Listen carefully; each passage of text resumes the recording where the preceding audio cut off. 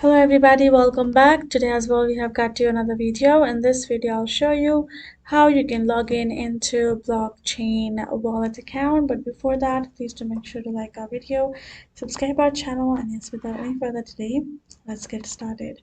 So for that, simply go ahead, open up your browser, type in blockchain, and simply you will find this search results popping up.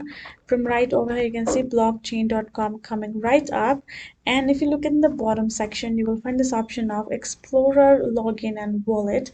Now go ahead, choose the login section, and the interface should appear like what right over here. Now for you to simply log in, you have to enter your email, or if you don't remember your email, go ahead and enter your wallet address that you have created while creating your account. Now go ahead and enter your particular password and tap on continue. That will be it, and you will get logged in. But in case you would have forgotten your password, you can tap on I forgot my password. You can provide the 12-word secret private key which you have recovered at the phase. You can add that and tap on recover account.